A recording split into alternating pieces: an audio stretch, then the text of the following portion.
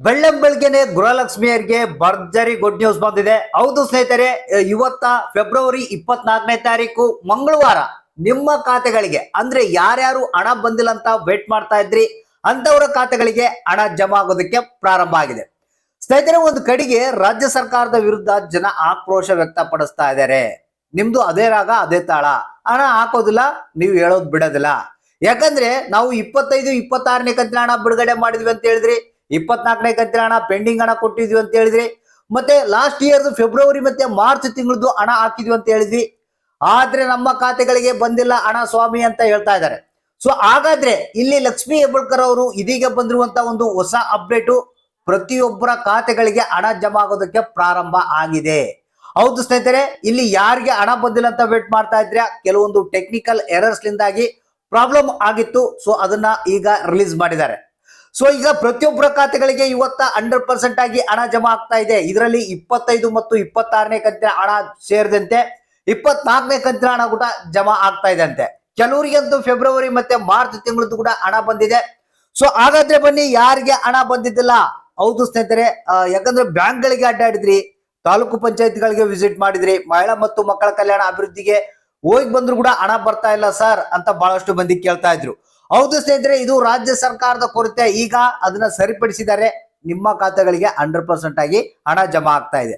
ಬನ್ನಿ, ಇವತ್ತ ಯಾರ್ಯಾರು ಎಷ್ಟೆಷ್ಟು ಹಣವನ್ನ ಪಡಿತಾ ಇದ್ದಾರೆ, ಯಾರಿಗೆಲ್ಲ ಹಣ ಬಂದಿದ್ದಿಲ್ಲ ಅವ್ರಿಗೆ ಹಣ ಬರುತ್ತೆ. ಇವತ್ತ ಯಾವ ಜಿಲ್ಲೆಗಳಿಗೆ ಎಷ್ಟು ಕಂತುಗಳ ಹಣ, ಯಾವ್ಯಾವ ಕಂತುಗಳ ಹಣ ಯಾವ್ಯಾವ ಜಿಲ್ಲೆಗಳಿಗೆ ಬಿಡುಗಡೆ ಮಾಡ್ತಾ ಇದ್ದಾರೆ, ಕಂಪ್ಲೀಟ್ ಆದಂತ ಒಂದು ಹೊಸ ಅಪ್ಡೇಟ್ ಅನ್ನ ನಿಮಗಾಗಿ ತಿಳಿಸ್ಕೊಡ್ತಾ ಇದೀನಿ.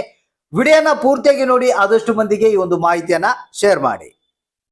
ಹೌದು ಸ್ನೇಹಿತರೆ, ಇವತ್ತ ಫೆಬ್ರವರಿ 24ನೇ ತಾರೀಕು ಮಂಗಳವಾರ ಇದೀಗ ಬಂದಿರುವಂತ ಲೇಟೆಸ್ಟ್ ನ್ಯೂಸ್ ಇದು. ನಿಮಗೆ ಗೊತ್ತಿರಬಹುದು, ಯಾವುದೇ ಒಂದು ಕಂತಿನ ಹಣವನ್ನ ಹಾಕ್ತಾರೆ, ನಾವು 3 ಕಂತುಗಳ ಹಣ ಬಿಡುಗಡೆ ಮಾಡ್ತೀವಿ ಅಂತಾರೆ, ಆದ್ರೆ ಬರೋದು ಒಂದೇ ಒಂದು ಕಂತಿನ ಹಣ.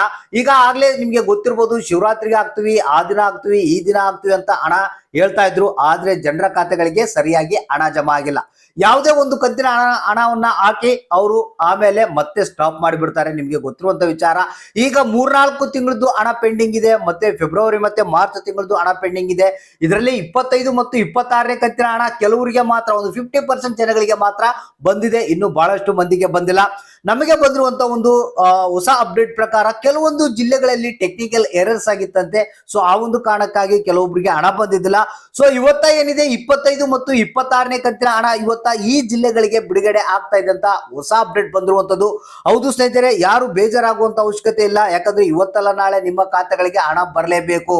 ಇದು ಮಾರ್ಚ್ ಇಯರ್ ಎಂಡ್ ಆಗೋದು.